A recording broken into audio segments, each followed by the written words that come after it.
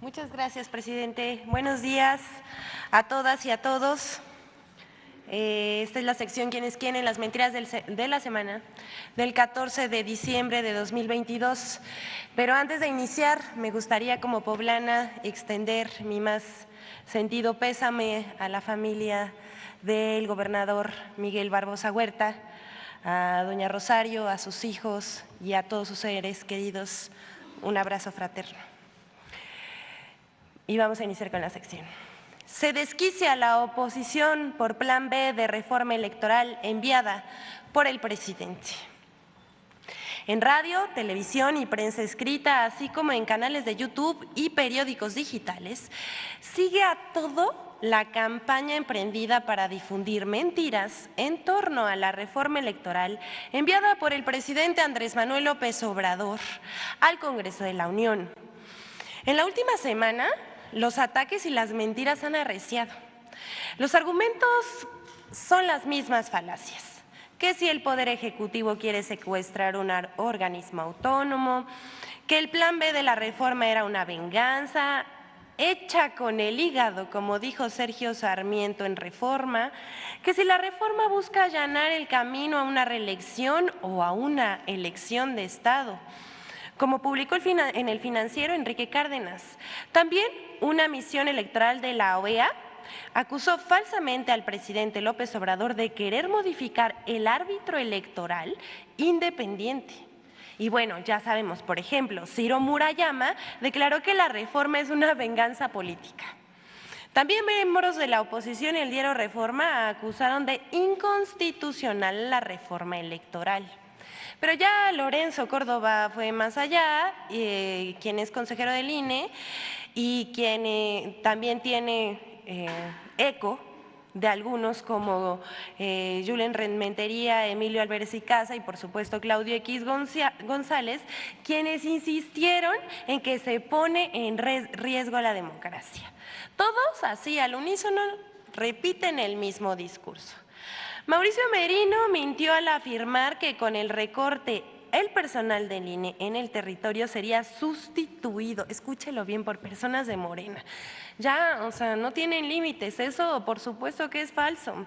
Todos los días se publican mentiras sobre la reforma electoral, pero no se tocan los temas de fondo que los ciudadanos deben conocer, como por ejemplo la reducción de recursos en el costo de las elecciones por 6,000 millones de pesos y del aparato administrativo del INE sin afectar sus tareas sustantivas.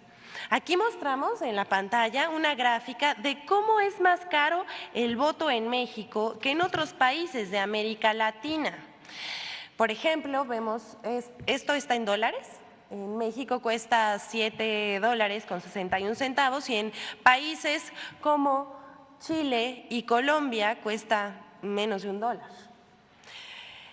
Sin embargo, eso no se dice y los diarios prefieren publicar en sus portadas, como estamos viendo aquí en la pantalla, mentiras un día sí y al otro también. Vean, nada más les pusimos aquí en la pantalla más o menos 2 semanas de cobertura con lo que tiene que ver de la reforma electoral y no solamente fueron portadas, sino también fueron notas periodísticas, columnas de opinión, editoriales en radio y televisión, pero para eso vamos a mostrarles en este momento un video de cómo se editorializa en los medios y se fija una postura. Esto por supuesto que sin datos, sino con descalificaciones que se propagan con la intención de confundir a los ciudadanos. El famoso Plan B es una iniciativa que ha salido del hígado del presidente Andrés Manuel López Obrador. No hay otro propósito en la iniciativa más que debilitar, golpear al Instituto Nacional Electoral. De hecho, en las muchas páginas que tiene esta iniciativa se señala que el Instituto Nacional Electoral es uno de los ejemplos más nocivos de lo que los gobiernos gobiernos neoliberales determinaron como proliferación de instituciones descentralizadas y autónomas. En vez de garantizar elecciones libres, confiables, democráticas, auténticas, dice, ha convertido a una élite académica en garante de abusos en el uso del gasto público y cómplice protectora de conductas electorales fraudulentas e ilegales. Bueno, pues si fueron tan fraudulentas las elecciones realizadas por el INE, ¿cómo es posible entonces que aceptemos el resultado de las elecciones de 2018 y de 2021 en que ganó Morena? López Obrador se quiere apoderar del INE. López Obrador quiere ser él quien determine quién va a ser el próximo presidente o presidenta de México y no los ciudadanos, que no seamos nosotros. Y entonces la reforma electoral a López Obrador, la reforma en la Constitución fue bateada. Revivió la alianza opositora, PAN, PRI, PRD, juntos otra vez, batean con MC también, batean la reforma constitucional electoral de López Obrador, pero luego ya tenía López Obrador su plan B, que de todas maneras le pega al INE. Porque ese es el objetivo de fondo de López Obrador. Él no quiere un árbitro imparcial. López Obrador advirtió desde el lunes que al INE sí lo iba a tocar. Yo creo que si la reforma mataba al INE, la constitucional, esta lo quiere dejar inválido. Así de grave es. Es decir, está vivo el INE, no pudieron acabar con un instituto que en la Constitución aparece como autónomo, pero le están cortando las piernas, las manos, y eso puede comprometer las funciones que tiene que realizar el Instituto Nacional Electoral. Oiga, señor Claudio, aprovechando que lo tenemos aquí nada más, hay una de las cosas que se señala que de alguna manera usted ha encabezado este movimiento ante la evasión de impuestos de sus empresas. Es una versión que públicamente usted nunca ha aclarado y estaría bueno que ya que está aquí, pues lo aclare a las cámaras, por favor. ¿Podría? Sin comentario y por favor cheque bien sus fuentes. Yo no soy empresario, soy activista social. Gracias. En efecto, estamos ante una reforma que genera un profundo daño al Instituto Nacional Electoral y sobre todo a los derechos que el INE está destinado a garantizar, como son pues elecciones, estándares constitucionales, imparciales, dando toda la garantía a los ciudadanos. Ahora se desaparecen. No tenemos un problema electoral, pero sí tenemos un personaje que lleva 16 años diciendo que el INE hace fraudes. Ese personaje fue un candidato derrotado a la presidencia 2 veces y hoy es el presidente de la República. Y no paró de repetir que el INE hace fraudes y, por cierto, pocas voces salieron a hacerle frente, Ciro. Y ahí están las consecuencias, ahí están los resultados, ¿no? También de debates que no se dieron en su momento. Bueno, se los dejamos para que ustedes juzguen y vamos con la siguiente.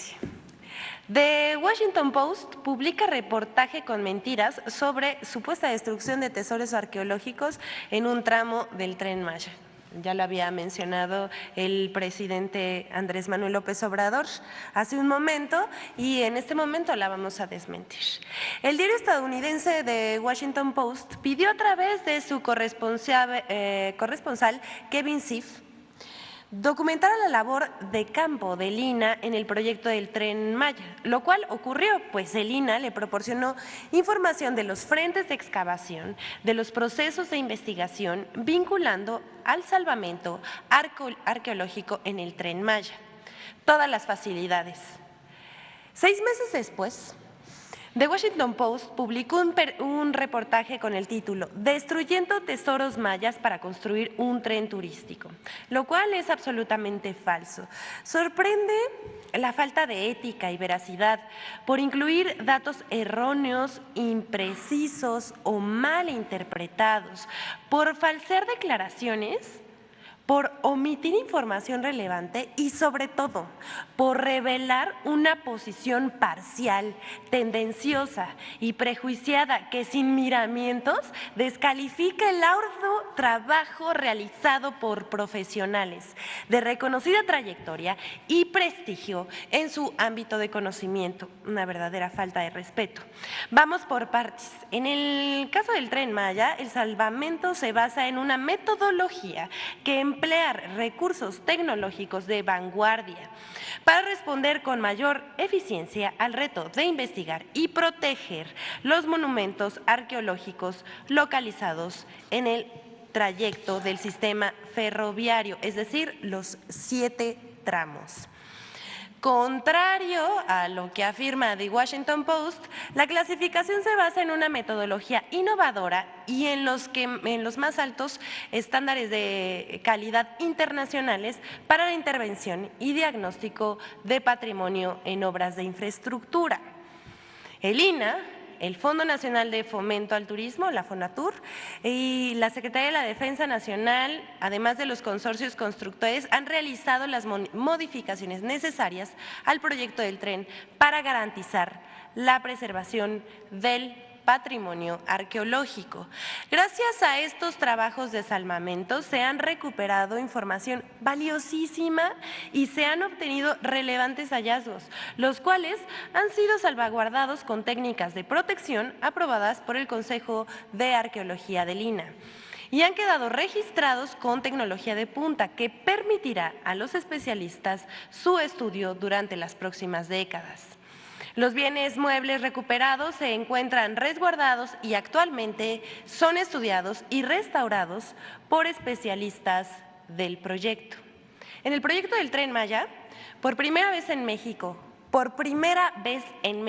se ha implementado de forma sistemática la conservación in situ de los monumentos a través de terraplenados con geomalla, muros de tierra armada y pivoteos, procedimientos que han permitido garantizar la preservación de más de 1,090 monumentos que se encuentran en el derecho de vía del tren. Insistimos, de los 7 tramos. Cabe señalar que estas medidas han permitido atender recomendaciones expresadas por organismos internacionales como la UNESCO. Asimismo, únicamente en 7 casos se han implementado medidas excepcionales para reubicación de monumentos. Queremos reiterar esta mañana, el Tren Maya respeta el medio ambiente y el patrimonio arqueológico de la cultura maya. Se han preservado 31,306 bienes inmuebles, cimientos, basamentos y albarradas, más de 1,000 cuevas y cenotes, más de 700,000 fragmentos de cerámica, 463 osamentas y 576 vasijas. Además, se invierte en mejorar 26 zonas arqueológicas y crear 9 centros de atención a vigilantes. Hasta aquí la sección de hoy, concluimos, fuimos muy breves debido al tiempo, pero para que se quede esto, que es uno de los proyectos más grandes que se ha hecho en la arqueología en nuestro país. ¿Es cuánto, señor presidente?